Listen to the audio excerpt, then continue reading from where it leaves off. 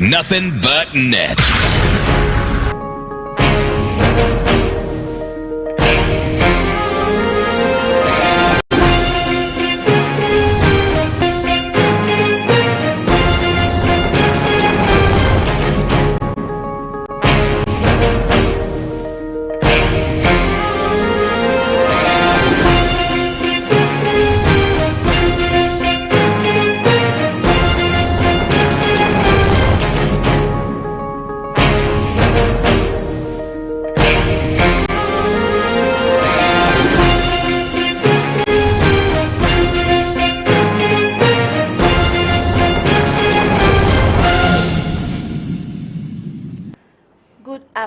Radio GH, YouTube, King of Kings Media. Download the app on the Google Play Store on your phone. Coming up, government cuts salaries of appointees by up to 30%. Presidency. Akufo-Addo to deliver SONA on March 30th. 2 fake ECG staff nabbed in Accra. Immigration officer shot dead along Ghana, Burkina Faso border. There's many more coming up on your way. I am Josephine Nante. Details shortly.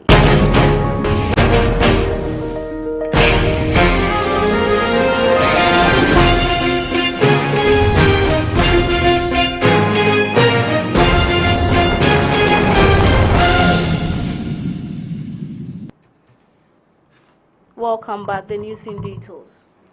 The president has confirmed that appointees will take salary cuts as part of measures approved by President Nana Addo Dankwa Akufo-Addo to mitigate hardship in the Ghanaian economy.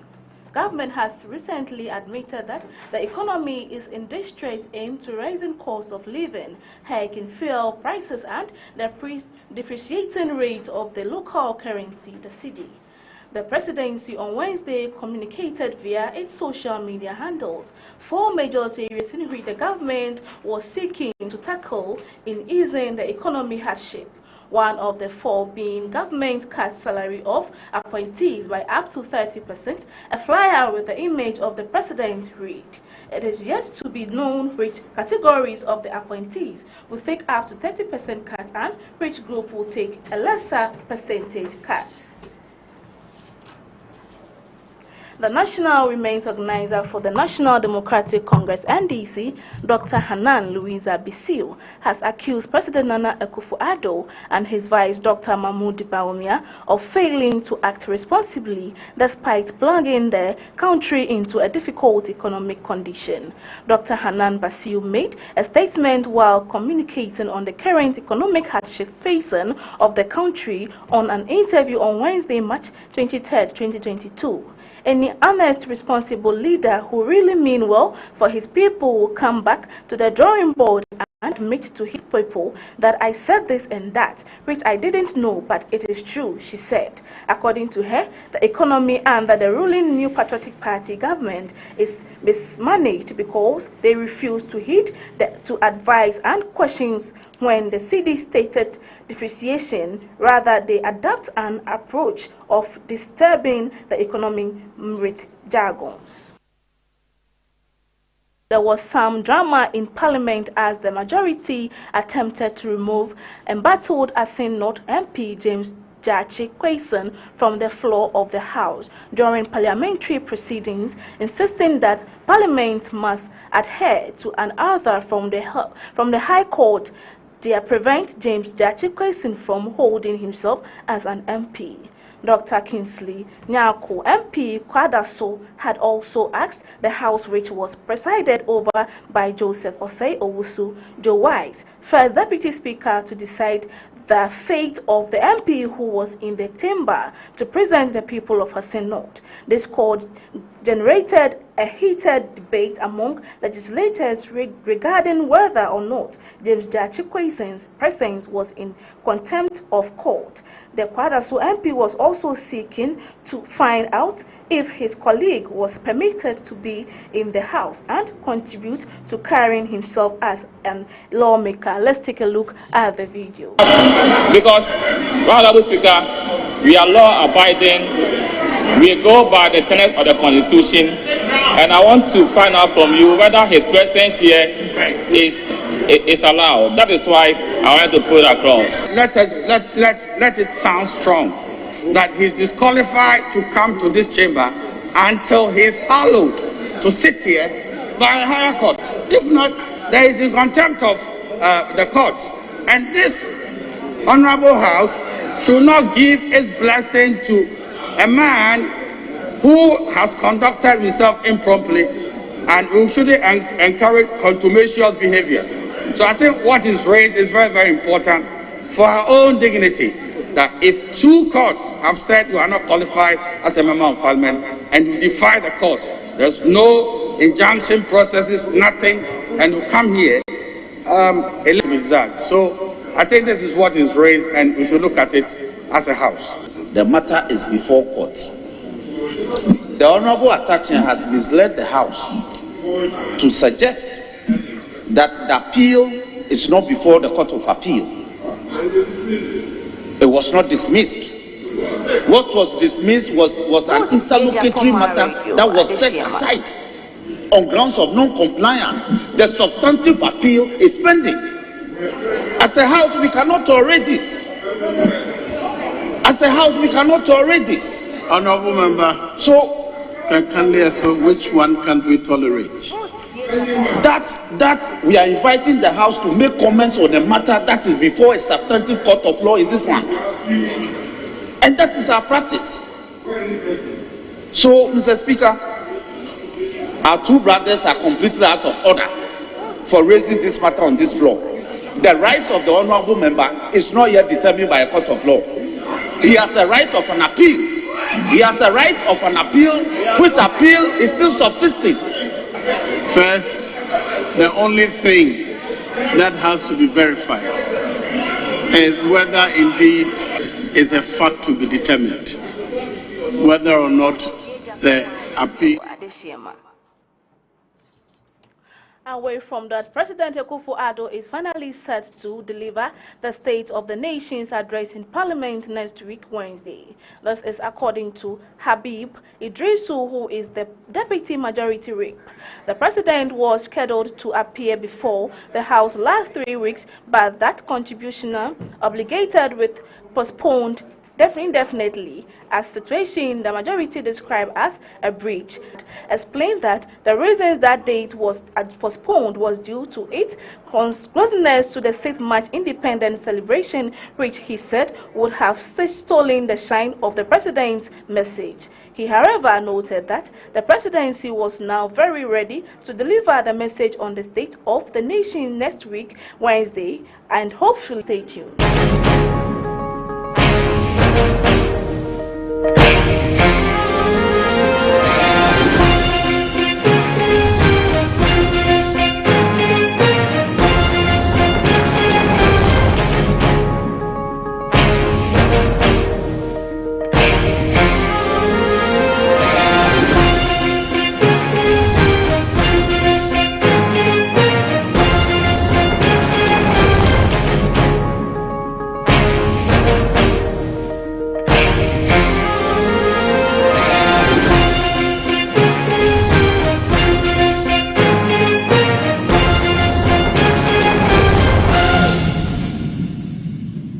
Welcome back from the break.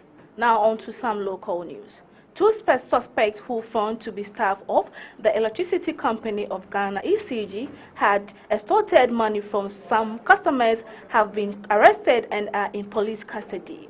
The suspects, Richard Nimoy and Edward Kwate, are being held at the Israel police station near Sohutum in Accra. Miss Mary Paji, ECG Admota district manager, said the suspects posed as revenue collection and disconnection officers of ECG and assaulted money from customers who called not show receipt of recent payment of their ECG bills. Their mode of operation, however, got some of the residents suspicious, which made them to demand to see their identification, which proving fatal, she said. The district manager said the suspects were uncovering in their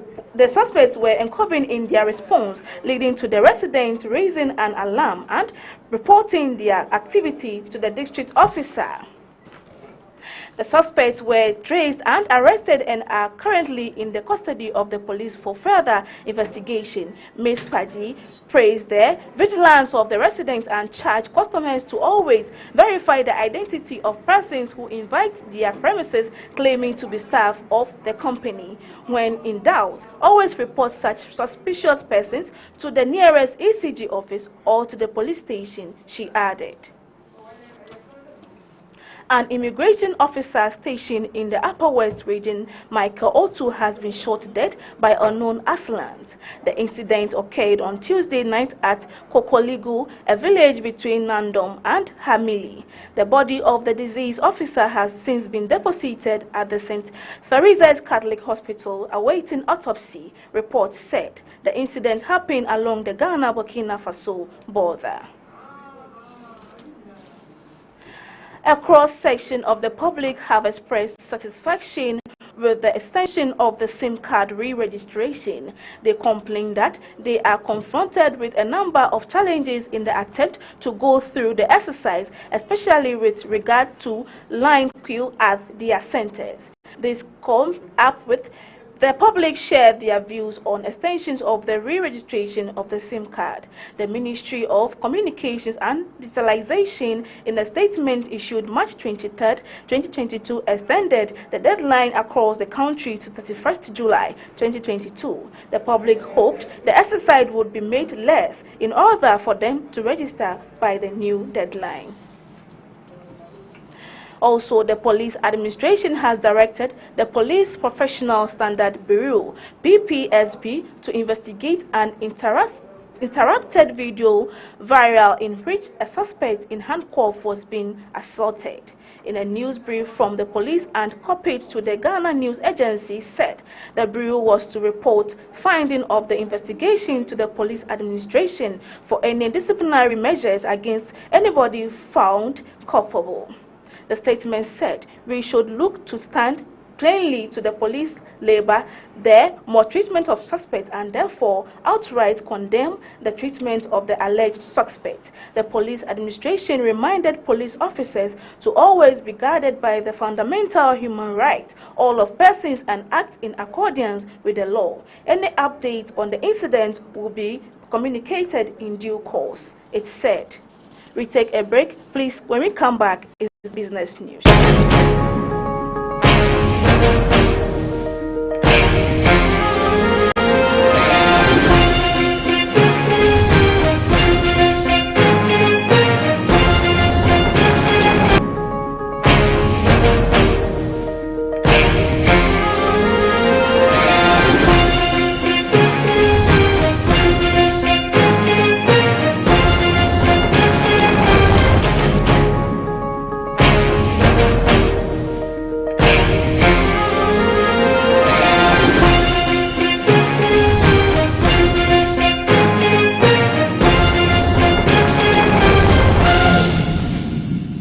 Away from that short break, now on to some business news. A banking and corporate governance consultant, Dr. Richmond Etuahene, says if government doesn't change the structure of the economy from a foreign base to a local base, it will be difficult to stabilize the city and help the economy recover. The country is a foreign-related country that we import everything, a structurally imbalanced economy, but it must change from that. Otherwise, the currency will continue to go down and go down. We need to own the economy. We need to change the structure of the economy, he said. The consultant, who was speaking to the current economic challenges facing the country in an interview, said government needs to tackle this challenge head on and change the structure of the economy. The things we can grow in country, all are imported. We need to stop the political and tackle it head on. Until we change the structure of the economy, nothing will change, as he added. Now on to some international news.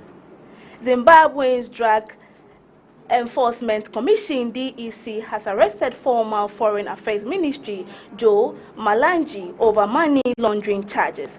The Anti-Money Laundering Agency also seized Mr. Malanje's 2 helicopters on Wednesday. The 56-year-old is suspected of having used proceedings of crime to upgrade his Gibson Royal Hotel situated in the country's mineral-rich copper belt Prevan. In the second court, Mr. Malanje is believed to have Presidia Air helicopter, namely Bell 206 jet, Ranger at $700,000, property suspended to be proceed of crime. DEC said in a statement on Wednesday. The hotel has since been seized with the helicopter registered in South Africa. We take a break. Please stay tuned.